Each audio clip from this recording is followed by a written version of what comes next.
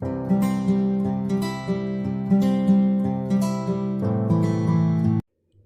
Friends, स्वागत है आपका मेरे YouTube चैनल दीप क्लासेस में, जिसमें हमारा आज का टॉपिक है रंगभूमि उपन्यास के पात्र सूरदास का चरित्र चित्रण। हमारा आज का टॉपिक स्टार्ट करने से पहले अगर आप हमारे चैनल पर नए हैं या आपने अभी तक हमारे चैनल को सब्सक्राइब नहीं किया है तो इसे सब्सक्राइब कर लें, जिससे हमारे आने वाले वीडियो के सभी नोटिफिकेशंस आप तक पहुंच सकें। चलिए अब हम अपना टॉपिक स्टार्ट करते हैं। पांडेपुर बस्ती में एक अंधा चमार रहता है। सूरदास उसका बना बनाया नाम है और भीख मांगना उसका बना बनाया काम। सूरदास एक क्षीणकाय, दुर्बल और सरल व्यक्ति है। दाता भगवान तुम्हारा भला करे, यह उसकी टेक है। इसी को दर्शाते हुए वह भीख मांगता है। वह दिन भर भीख मांगता है और शाम को अपनी झोपड़ी में लौट आता है। खुद ही रोटियां सेकता है और अपना तथा अपने भतीजे मिठुआ का पेट पालता है। खा पीकर रात ठाकुर जी के मंदिर में बस्ती वालों के साथ भजन करता है। एक साधारण से भिखमंगे की साधारण सी ही दिनचर्या है। दरिद्री है पर उसके जीवन में शांति है। वह शरीर से कमज़ोर नहीं है।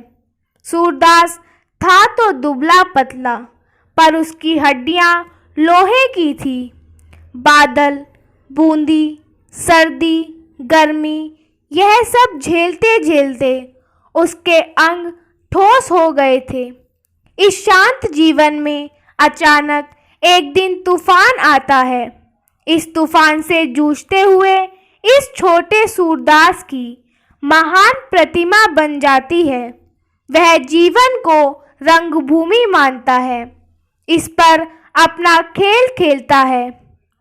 संघर्ष में कई बार हारता है, पर उसकी निगाह इतनी ही बार सिर्फ जीत पर रहती है। सूरदास के पास बाप दादाओं की थोड़ी ज़मीन खाली पड़ी है, जिसमें आसपास के जानवर चरने आते हैं। जॉन सेवक इस ज़मीन पर सिगरेट का कारखाना खोलना चाहते हैं। सूरदास अपनी ज़मीन बेचना नहीं चाहता। उसकी धारणा है कि बाप दादाओं की ज़मीन बेचने का उसे कोई अधिकार नहीं, बल्कि उसने उस ज़मीन की रक्षा करनी चाहिए। ईश्वर भजन में लवलीन होने वाला सूरदास अपनी भूमि के लिए अहिंसक संघर्ष की सत्याग्रही भूमिका में उतरता है, तो किसी व्यक्तिगत लाभ की इच्छा से नहीं, बल्कि धन के पीछे पागल होने वाले पूंजीवादी वर्ग को अनिकता से बचाने के लिए और केंद्रीकरण की ओर उन्मुख औद्योगिक अभियान एवं तजवीज़ दुष्परिणामों से ग्रामीण जनता की रक्षा करने के लिए। सूरदास के मन में निजी स्वार्थ का लेश भी नहीं था। खाली पड़ी जमीन से उसे कोई लाभ नहीं है, लेकिन आसपास के जानवरों को चरने के लिए वह जगह उपलब्ध होती है, इसी में उसे संतोष है। कारखाने के निर्माण से होने वाले दुष्परिणाम व्यक्तिगत उसे इतनी हानि पहुंचाने वाले नहीं जितने कि बस्ती वालों को। फिर भी सबसे प्रखर विरोध सूरदास ही करता है। वह यह भी जानता है कि उसके सामने जो प्रतिस्पर्धी है उसकी शक्ति सूरदास से कई गुना ज़्यादा है, परंतु अन्याय के विरुद्ध लड़ने की उसकी इच्छा शक्ति सबल है। अन्याय फिर वह किसी पर भी होता हो, वह चुपचाप सहन नहीं करता। प्रेमचंद जी ने उपन्यास के प्रारंभ में सूरदास का वर्णन किया है।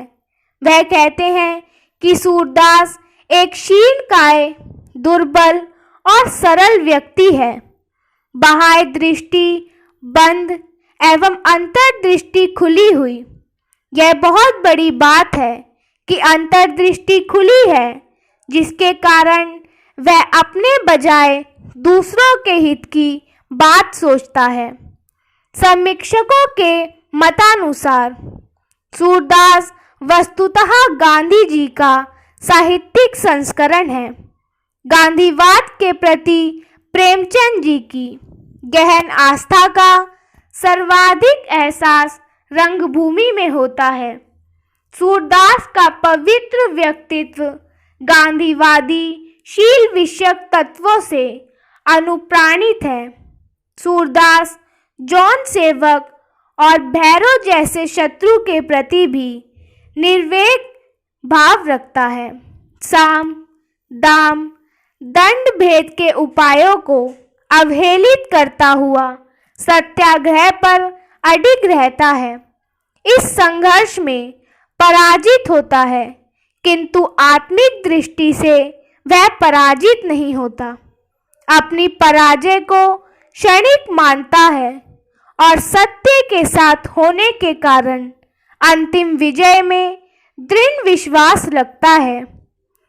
लेनिन ने कहा था कि पूरी शक्ति के साथ खेली लड़ाई के बाद यदि पराजय होती है, वह भी उतनी ही महत्वपूर्ण है जितनी कि आसानी से प्राप्त हुई विजय।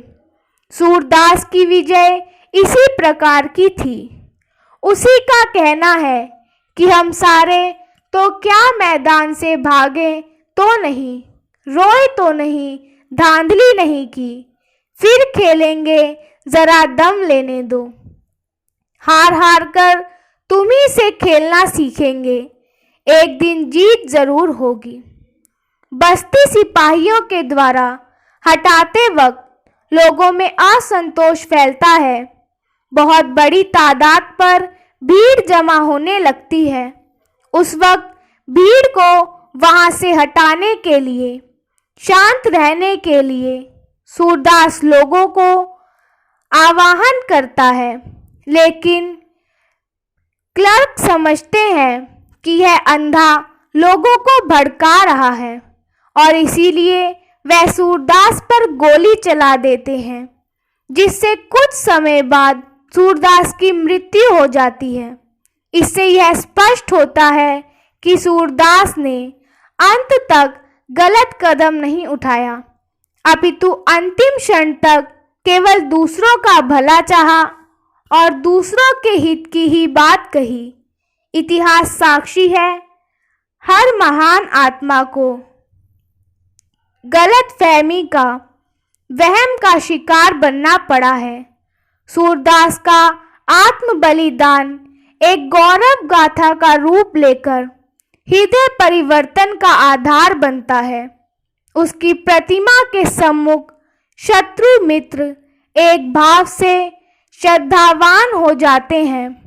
जौन सेवक स्वयं अपनी हार उसके सामने मान लेते हैं। वह कहते हैं कि लोक मत के अनुसार मैं जीता हूँ और तुम हारे, पर मैं जीतकर भी दुखी हूँ और तुम हारकर भी सुखी। श्री अमृत राय ने सूरदास के चरित्र में प्रेमचंद और गांधी की छवि एक साथ देखी है। उनका कहना है कि सूरदास का सीधा साधा, सरल, निष्प्रह, निर्भीक, सत्यनिष्ठ रूप प्रेमचंद का अपना है और उदात्त स्वरूप गांधी जी का। इसी के साथ हमारा आज का टॉपिक यहीं खत्म होता है, जिसमें हमने जाना रंगभूमि उपन्यास के पात्र सूरदास के चरित्र चित्रण के बारे में। अगर हमारा आज का वीडियो आपको पसंद आया हो तो वीडियो को लाइक एंड शेयर करें और हमारे आने वाले सभी वीडियो के नोटिफिकेशंस के लिए हमारे चैनल को सब्सक्राइब करें। Thank you for watching.